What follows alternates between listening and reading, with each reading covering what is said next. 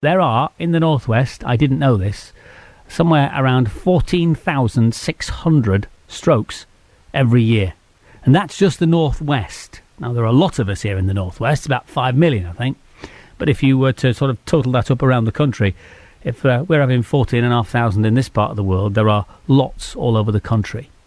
What might it be like to have a stroke? What's it like to deal with the aftermath? Well, 55-year-old Peter Egriega is from Macclesfield. He is a person who, I'm delighted to say, has survived. He's written his diary of an experience to help other people. Well, possibly to help himself. Let's find out. He's with me. Good morning. Good morning. Was it to help other people, Peter, or to help you? It was to help me mostly, just to document what happened and try and see the funny side of it. One really thing that's just struck me now as you're saying that is I remember laying in A&E at Salford, and everybody's looking. I couldn't move my right hand side, and everybody's looking at me extremely gravely, and I'm trying to joke about things, could do with a wee, kind of thing. Can you get me a bottle or something?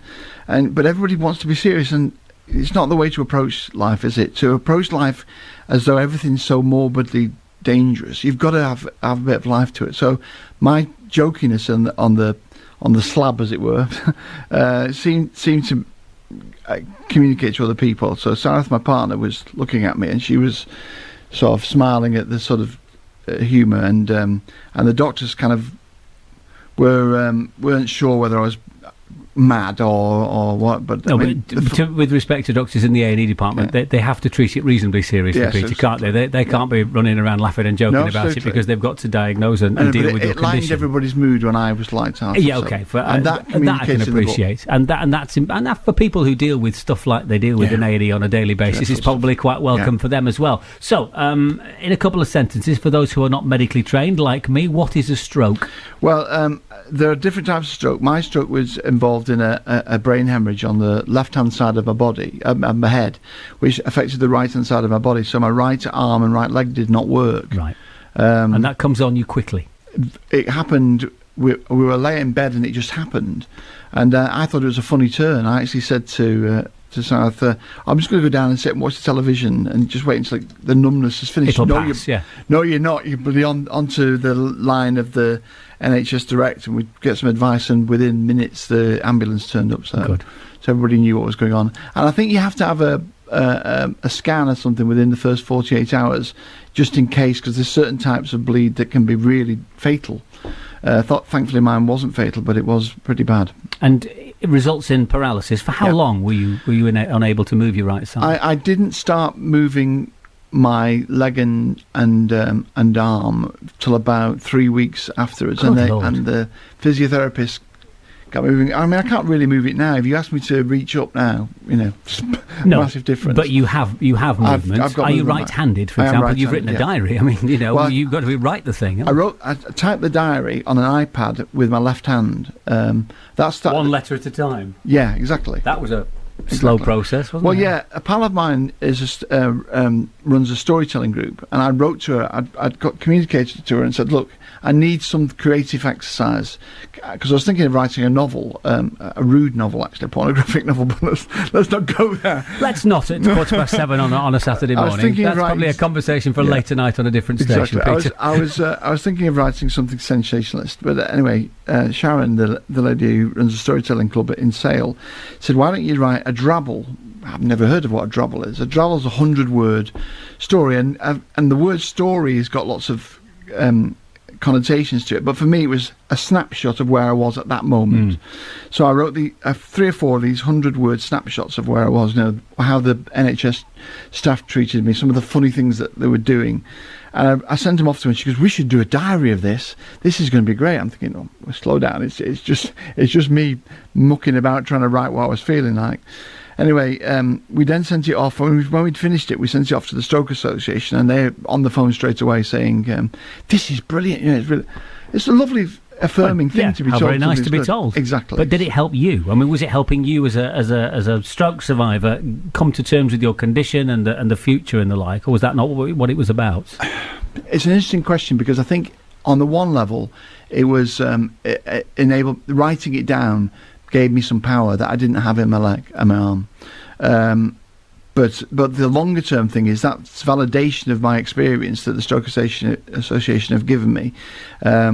is good for me because it means that I didn't go through it for nothing. I say one of the troubles is the end is the beginning, because this was kind of like an end of a life up to that point, and it's now a new life started, and maybe it's a new life that talks a lot. I don't want to get bogged down in the stroke, but maybe the stroke is the stringing board for me being a communicator. Who knows? I'm curious about that period where you were 3 weeks without movement in your right arm and leg. I mean, there must have been some low points. You must have thought, what was your prognosis, good, or did you think at this point, I don't know whether I'm ever going to be able to? They don't tell you anything because they can't, because you just know how it is. So you're lying there thinking this might never move again.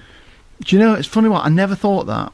I never thought, I know, I always thought this. I've got to get over this. I'm going to sort this. This is a chance. You know, you've got that positive mental attitude thing that everybody knows about, and I didn't know I had it. I don't know if I had it now, but I do know that when I was thinking that I'll get this better, and I kept asking the staff, look, my legs are twitching because my right leg twitches an awful lot even now.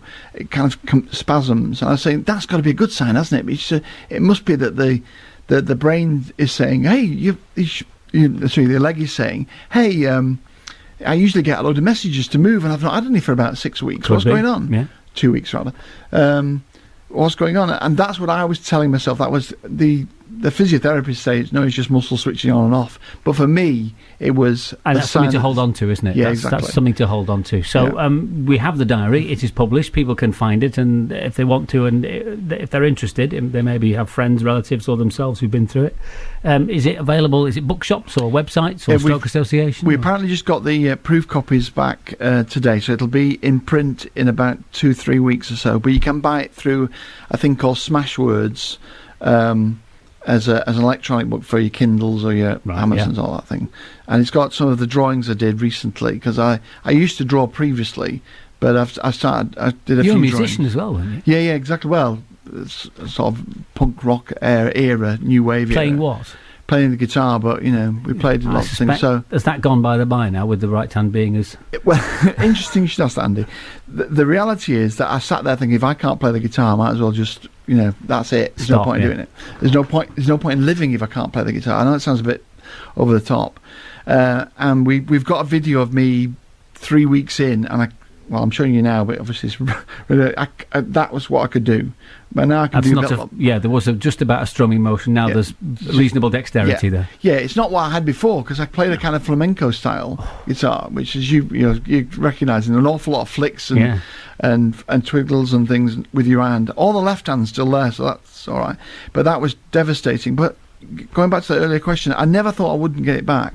I just knew that I had to do something, and you can't tell for certain, can you, whether it's that belief that's did it or it would have come back naturally. And I don't care whether it would have come naturally. It has. My belief has come back. Matters. Give me the formal title of the book, Peter. What's its full formal title? Travel Diary, Diary of a Stroke Survivor.